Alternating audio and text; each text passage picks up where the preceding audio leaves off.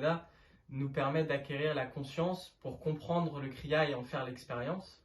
Et donc effectivement, il y a une notion d'espace en sanskrit qui est primordiale en fait, puisqu'un kriya ne va pas du tout avoir les mêmes impacts selon l'espace dans lequel il est pratiqué, selon la saison dans laquelle il est pratiqué, selon l'heure de la journée dans laquelle il est pratiqué.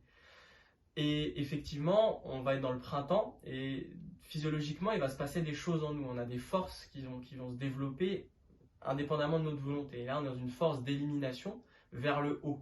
En printemps, l'élimination va se faire plutôt vers le haut.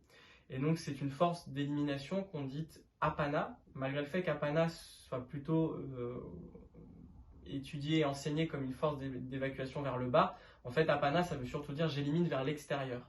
Et là, on va avoir un apana dans une force ascendante qui va nous faire sécréter plus de mucus. On va avoir cette fameuse période d'allergie, on va avoir ces périodes voilà, on va être un petit peu congestionné, on va potentiellement un petit peu plus transpirer.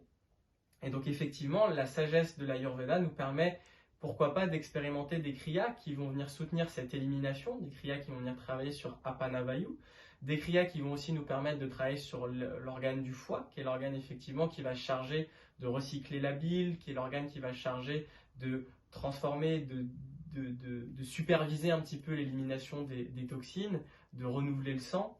Et en fait, pour moi, effectivement, le Kundalini Yoga, en étant approché par l'Ayurveda, permet de donner une puissance en fait au kriya et encore une fois d'utiliser cette force de la nature et de cette compréhension de ce qui se passe au niveau des éléments en moi de manière beaucoup plus importante, et ça donne derrière un enseignement encore plus fort.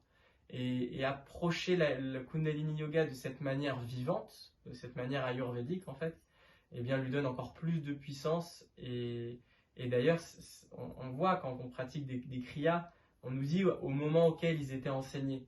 Et comprendre en fait qu'il a été enseigné à un moment donné dans un contexte nous permet aussi, pourquoi pas, de replacer, de dire ok, il a enseigné à tel moment, après tel cours, après avoir parlé de ça, bah, ça peut m'inspirer en fait dans mon expérience que je vais faire de ce kriya-là et de cette posture-là.